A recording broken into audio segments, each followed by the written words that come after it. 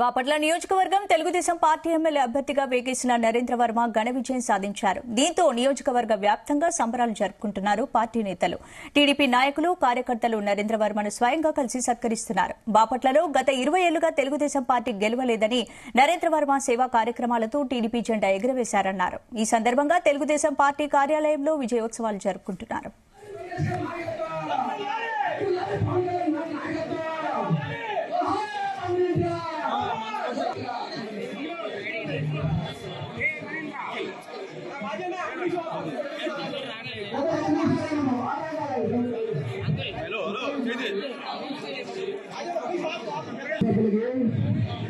అందరికీ సార్లు పలకరించిన వాళ్ళు ముందుకు రావాలని కోరుతున్నాం.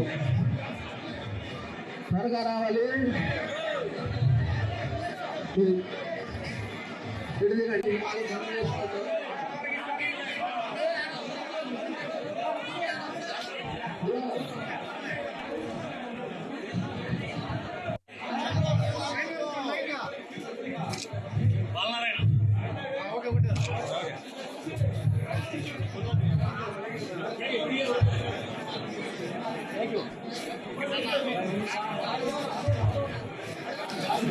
దయచేసి ముందుకు రావాలి. ముందుకు రావాలి.